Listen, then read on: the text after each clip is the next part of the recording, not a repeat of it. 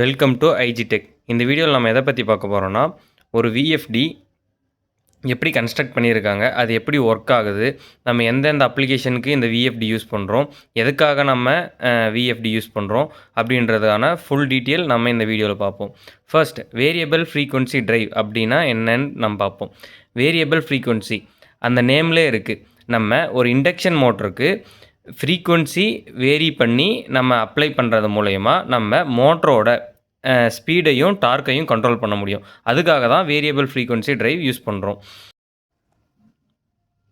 இப்போ இந்த விஎஃப்டியில் பார்த்தீங்கன்னா இதுதான் வந்து கண்ட்ரோல் யூனிட். இது ஹெச்எம்ஐன்னு சொல்லலாம். இப்போ நம்ம வந்து இந்த விஎஃப்டியோட இன்ட்ராக்ட் பண்ணுறதுக்காக யூஸ் பண்ணக்கூடியது இதுதான். நம்ம ஃப்ரீக்வன்சி செட் பண்ணுறதா இருந்தாலும், நம்ம விஎஃப்டியில் பேராமீட்டர் செட் பண்ணுறதுக்காக டிஸ்பிளே, அந்த மாதிரி இதை வந்து நம்ம இன்ட்ராக்ட் பண்ணுறதுக்காக இது யூஸ் பண்ணுறோம், இந்த கண்ட்ரோல் யூனிட். நெக்ஸ்ட் இங்கே பார்த்தீங்கன்னா டெர்மினல் இருக்குது. இந்த டெர்மினல் வந்து இன்புட் சப்ளை, அடுத்து பிரேக்கிங்க்கான டெர்மினல் இருக்குது, அவுட்புட்டு மோட்டர் அவுட்புட், இதுக்கான டெர்மினல்ஸ்லாம் இங்கே கொடுத்துருக்காங்க. அதே இந்த போர்டில் பார்த்தீங்கன்னா இது வந்து கண்ட்ரோலுக்காக கொடுத்துருக்க டெர்மினல்ஸ். இதை யூஸ் பண்ணி தான் நம்ம வந்து நம்ம forward, reverse, multi speed, next potentiometer use பண்ணி கனெக்ட் பண்ணுறது. நெக்ஸ்ட்டு இந்த S+S- பார்த்தீங்கன்னா கம்யூனிகேஷனுக்காக கொடுத்துருக்காங்க. இந்த ஏஐ பார்த்தீங்கன்னா நம்ம பொட்டன்ஷியோமீட்டரோட அனலாக் இன்புட் கொடுத்து நம்ம ஃப்ரீக்வன்சி ரெஃபரன்ஸ் செட் பண்ணுறதுக்காக. அந்த மாதிரி எல்லா கண்ட்ரோல் டெர்மினலும் வந்து இங்கே இருக்குது. நெக்ஸ்ட் இது பார்த்தீங்கன்னா ரிலே.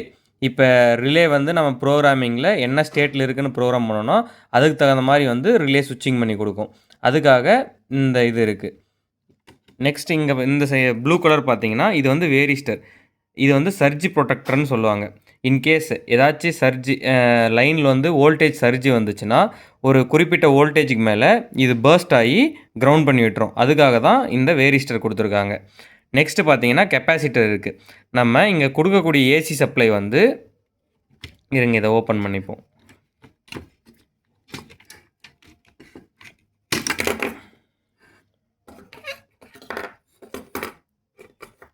இதுதான் கண்ட்ரோல் யூனிட்.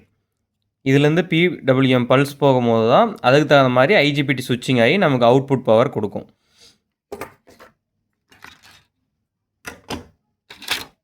இப்போ நம்ம இங்கே பார்த்தீங்கன்னா இங்கே நம்ம கொடுக்கக்கூடிய சப்ளை வந்து IGBTக்கு போகுது. இதுதான் வந்து இதில் வந்து IGBTயும் இருக்கும், நம்ம ரெக்டிஃபையரும் இருக்கும். ரெக்டிஃபையர் யூனிட்டும் IGBT யூனிட்டும் இதுக்காகவே டிசைன் பண்ணி ஒரே யூனிட்டாக கொடுத்துருக்காங்க. நம்ம கொடுக்கக்கூடிய ஏசி சப்ளை வந்து டிசியாக கன்வெர்ட் பண்ணி கொடுக்கக்கூடியது இதுதான். நெக்ஸ்ட்டு திரும்ப அந்த டிசி சப்ளையை சுவிட்சிங் பண்ணி அவுட்புட்டாக கொடுக்கக்கூடிய யூனிட்டும் இதுதான். இதில் வந்து IGBTயும் ரெக்டிஃபையரும் சேர்ந்து ஒரே யூனிட்டாக கொடுத்துருக்காங்க. இதை வந்து ஹீட்டிங்கை ரெடியூஸ் பண்ணுறதுக்காக ஹீட் சிங்க் கொடுத்துருக்காங்க. ஹீட் சிங்க் பார்த்தீங்கன்னா தெரியும் உங்களுக்கு, அலுமினியமில் ஹெவியாகவே கொடுத்துருக்காங்க. நெக்ஸ்ட் வந்து ஹீட்டை வந்து எக்ஸாஸ்ட் பண்ணுறதுக்காக கூலிங் ஃபேன் கொடுத்துருக்காங்க. இப்போ இதில் இருக்கக்கூடிய பார்ட் பார்த்தீங்கன்னா அவ்வளோதான். நம்ம இப்போ கொடுத்த சப்ளை, அதாவது ஏசி சப்ளை இங்கே கொடுத்துருக்கோம். ஏசி சப்ளை கொடுத்ததும் இதில் வந்து ரெக்டிஃபை ஆகிட்டு இப்போ நமக்கு டிசி வோல்டேஜாக வரும். அதாவது நம்ம இங்கே கொடுக்கக்கூடிய 420 வோல்ட் வந்து டிசி வோல்டேஜாக இங்கே வரும். இந்த பின்னில் வந்துட்டு அந்த பின் வந்து இந்த ரெக்டிஃபையர் யூனிட்டோட கனெக்ட் ஆகும். அதாவது நம்ம கெப்பாசிட்டர் இங்கே கொடுத்துருக்கிறதோட இது கனெக்ட் ஆகும். இப்போ இங்கே என்ன ஆகும்னா வோல்டேஜ் வந்து இன்க்ரீஸ் ஆகும். டிசி பஸ் வோல்டேஜ் 3 ஃபேஸில் பார்த்தீங்கன்னா ஒரு 600லேருந்து 610 வோல்டேஜ் வரும். இப்போ இங்கே 610 வோல்டேஜ் வந்து இங்கே ரெடியாக இருக்கும். இந்த டிசி வோல்டேஜ் வச்சு தான் நம்ம கண்ட்ரோல் சர்க்யூட்டுக்கும் பவர் சப்ளை ஆகும். அதுக்காக இங்கே வந்து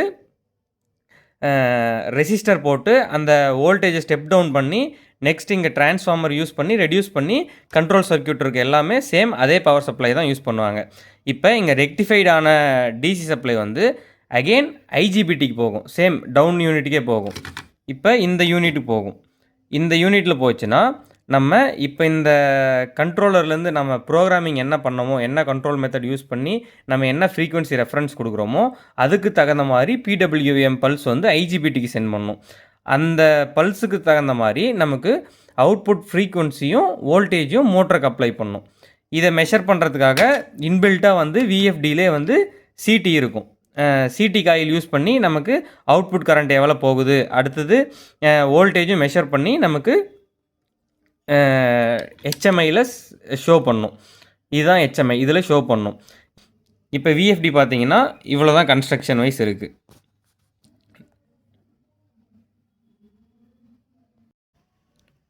இப்போது சிம்பிளாக சொல்லணுன்னா இதில் வந்து 3 பார்ட் இருக்குது. அதாவது rectification unit, filter unit, inverting unit. அந்த 3 யூனிட்டில் வந்து என்ன நடக்கும்னா, ஃபஸ்ட்டு வந்து ரெக்டிஃபிகேஷன் யூனிட் நம்ம கொடுக்கக்கூடிய 3 ஃபேஸ் சப்ளையை வந்து 3 ஃபேஸ் ரெக்டிஃபையர் யூஸ் பண்ணி அதை டிசியாக சேஞ்ச் பண்ணும். அந்த டிசியை வந்து ஸ்மூத் டிசியாக மாற்றுறதுக்காக இங்கே நம்ம கெப்பாசிட்டர் அதாவது ஃபில்டர் யூஸ் பண்ணியிருக்கோம். இப்போ இங்கே கொடுக்கக்கூடிய ஏசி சப்ளை வந்து டிசி 415 வோல்ட்டாக இங்கே வரும். அது வந்து நம்ம கெப்பாசிட்டர் பண்ணதும் இங்கே வோல்டேஜ் பூஸ்ட் ஆகும். இங்கே வந்து பார்த்தீங்கன்னா ஒரு 600 வோல்ட் கிட்ட இருக்கும். இந்த டிசி வோல்டேஜ் வந்து ஐஜிபிடிக்கு போயிட்டு வெயிட் பண்ணும். ஐஜிபிடிங்க்கு எப்போ PWM பல்ஸ் வருதோ அப்போ சுவிட்சிங் ஆகி பேஸ்ட் ஆன் ரெஃபரன்ஸ் ஃப்ரீக்வன்சி பொறுத்து நமக்கு அவுட்புட் மோட்டருக்கு வந்து வோல்டேஜும் ஃப்ரீக்வன்சியும் கொடுக்கும். இப்படி தான் நம்ம கொடுக்கக்கூடிய ஃப்ரீக்வன்சியை பொறுத்து நம்ம அவுட்புட் ஃப்ரீக்வன்சி வந்து மோட்டருக்கு அப்ளை ஆகும். இதை பொறுத்து தான் நம்ம மோட்டர் ரன் ஆகும். இப்படி தான் நம்ம வந்து ஸ்பீட் கண்ட்ரோல் பண்ணுறோம்.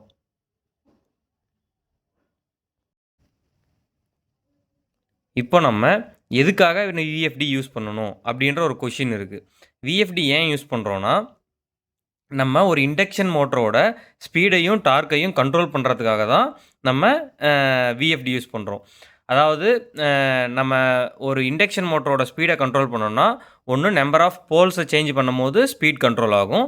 அப்படி இல்லைனா அப்ளை பண்ணக்கூடிய ஃப்ரீக்வன்சி சேஞ்ச் பண்ணும்போது மோட்டரோட ஸ்பீட் கண்ட்ரோல் ஆகும். கன்ஸ்ட்ரக்ஷன் வைஸ் பார்த்தீங்கன்னா நம்ம நம்பர் ஆஃப் போல்ஸ் வந்து நம்ம சேஞ்ச் பண்ணுறன்றது பார்த்திங்கன்னா டிஃபிகல்ட்டாக இருக்கும். அதனால தான் நம்ம எலக்ட்ரானிக் டிவைஸ் யூஸ் பண்ணி நம்ம அப்ளை பண்ணக்கூடிய ஃப்ரீக்வன்சியை வேரி பண்ணுறது மூலயமா நம்மளால் இண்டக்ஷன் மோட்டரோட ஸ்பீட் வேரி பண்ண முடியுது. அதுக்கு ஃபார்முலா பார்த்தீங்கன்னா 120 F/P. ஒன்று நம்ம ஃப்ரீக்வன்சி சேஞ்ச் பண்ணணும், இல்லைனா நம்ம போல்ஸை சேஞ்ச் பண்ணணும். நமக்கு ஃப்ரீக்வன்சி சேஞ்ச் பண்ணுறது தான் ஈஸின்றதுனால நம்ம VFD யூஸ் பண்ணுறோம். நம்ம VFD யூஸ் பண்ணுறதுனால என்னென்ன அட்வான்டேஜ் இருக்குது அப்படின்ட்டு பார்ப்போம். இப்போ நம்ம VFDயில் பார்த்தீங்கன்னா நிறைய ப்ரொடெக்ஷன் இருக்குது. Over voltage, under voltage, over current, phase loss, next surge protection, இந்த மாதிரி நிறைய ப்ரொடெக்ஷன் இருக்குது. இது வந்து இண்டக்ஷன் மோட்டர் வந்து சேஃபாக ப்ரொடெக்ட் பண்ணுறதுக்காக நம்ம VFD யூஸ் பண்ணுறோம். நெக்ஸ்ட்டு பார்த்தீங்கன்னா இன்ட்ரெஸ்ட் கரண்ட்டுமே ரெடியூஸ் ஆகும். இப்போ ஸ்டார்டிங்கில் வந்து நம்ம டிவால் ஸ்டார்டர் யூஸ் பண்ணோன்னா இன்ட்ரெஸ்ட் கரண்ட் வந்து ரேட்டட் கரண்ட்டை விட 6 டைம்ஸ் 7 டைம்ஸ் ஹையராக போகும். ஆனால் நம்ம அங்கே வந்து நம்ம ஸ்லோவாக ஆக்சலரேட் பண்ணி எடுத்துகிட்டு போகிறதுனால இங்கே இன்ட்ரெஸ்ட் கரண்ட்டுமே வந்து இருக்காது. நெக்ஸ்ட் நம்ம தெர்மல் சுவிட்ச் வந்து மோட்டர் வைண்டிங்கோட கனெக்ட் பண்ணிவிட்டு அதை எடுத்துகிட்டு வந்து நம்ம ரிலேயில் கொடுத்து நம்ம மோட்டர் வந்து ஹீட் ஆச்சுன்னா அதை ப்ரொடெக்ட் பண்ணுறதுக்காகவும் நம்ம VFDயில் ப்ரொடெக்ஷன் இருக்குது. இந்த மாதிரி நிறைய அட்வான்டேஜ் வந்து VFDயில் இருக்குது கம்பேர் டு DOL ஸ்டார்டரை கம்பேர் பண்ணும்போது. ஆனால் அதுக்காக மட்டும் நம்ம VFD யூஸ் பண்ணுறதில்ல. இங்கே வந்து எஃபிஷியன்சியும் நம்ம இன்க்ரீஸ் பண்ணுறோம். அதுக்காக தான் நம்ம வந்து VFD யூஸ் பண்ணுறோம். ஃபார் எக்ஸாம்பிள் வாஷிங் மிஷின் எடுத்துட்டிங்கன்னா இப்போ வந்து வாஷிங்கில் மோட்டர் ஒரு ரேட்டட் ஸ்பீடில் ஓடும். எக்ஸ்ட்ராக்ஷன் அதாவது ஸ்பின்னில் வந்து ஒரு ஸ்பீடு ஓடும். அந்த மாதிரி இடத்துல வந்து நம்ம VFD யூஸ் பண்ணி தான் நம்ம ஸ்பீட் கண்ட்ரோல் பண்ணுறோம். இப்போ நம்ம வாஷிங்கில் பார்த்தீங்கன்னா அந்த மோட்டரோட RPM வந்து ஒரு 200 to 300 RPM இருக்கும். ட்ரம்மோட RPM பார்த்தீங்கன்னா ஒரு 40 to 50 RPM இருக்கும். அப்போ வந்து நம்ம அங்கே மோட்டரோட ஃபுல் பவர் யூஸ் பண்ணாமல் நம்ம அங்கே எவ்வளோ தேவையோ அதை மட்டும் யூட்டிலைஸ் பண்ணுறதுனால நமக்கு வந்து பவர் கன்சம்ஷனுமே கம்மியாக இருக்கும். அதுக்காக தான் நம்ம வந்து VFD யூஸ் பண்ணுறோம். இந்த மாதிரி நிறைய அப்ளிகேஷன் இருக்குது. வாட்டர் பம்ப் பண்ணுற இடத்துல நம்ம ஃப்ரிட்ஜ் யூஸ் பண்ணுறோன்னா கம்ப்ரஸரும் சேம் அதை தான். அங்கேயுமே சேம் இந்த மாதிரி ஒரு ட்ரைவ் கொடுத்து தான் நம்ம ஸ்பீடு வேரியேஷன் பண்ணுவாங்க. இங்கே டெம்பரேச்சரை பொறுத்து அங்கே ஸ்பீடு ரன் ஆகிட்ருக்கும். அதுக்கு முன்னெல்லாம் வந்து சேம் ஆன் ஆஃப் இந்த 2 ஸ்பீடு தான் இருக்கும். அங்கே ஸ்பீடு வேரியேஷனே இருக்காது. இப்போ வர மாடர்ன் ஃப்ரிட்ஜில் எல்லாமே வந்து ஸ்பீடு வேரியேஷன் இருக்கிற மாதிரி தான் நம்ம கம்ப்ரஸரே டிசைன் பண்ணியிருக்காங்க. நெக்ஸ்ட் ஏசியில் பார்த்தீங்கன்னா ஏசியும் அதே மாதிரி தான். நமக்கு வந்து எங்கெங்கே ஸ்பீடு வேரியேஷன் தேவைப்படுதோ அந்த மாதிரி இடத்துல மட்டும் நம்ம VFD யூஸ் பண்ணணும். நமக்கு ஸ்பீடு வேரியேஷன் தேவையில்லை அந்த மாதிரி இடத்துல எல்லாமே வந்து நமக்கு DOL ஸ்டார்டரே யூஸ் பண்ணலாம். இதில் ஏதாச்சும் சந்தேகம் இருந்துச்சுன்னா கமெண்ட் செக்ஷனில் கமெண்ட் பண்ணுங்கள். தேங்க்ஸ் ஃபார் வாட்சிங்.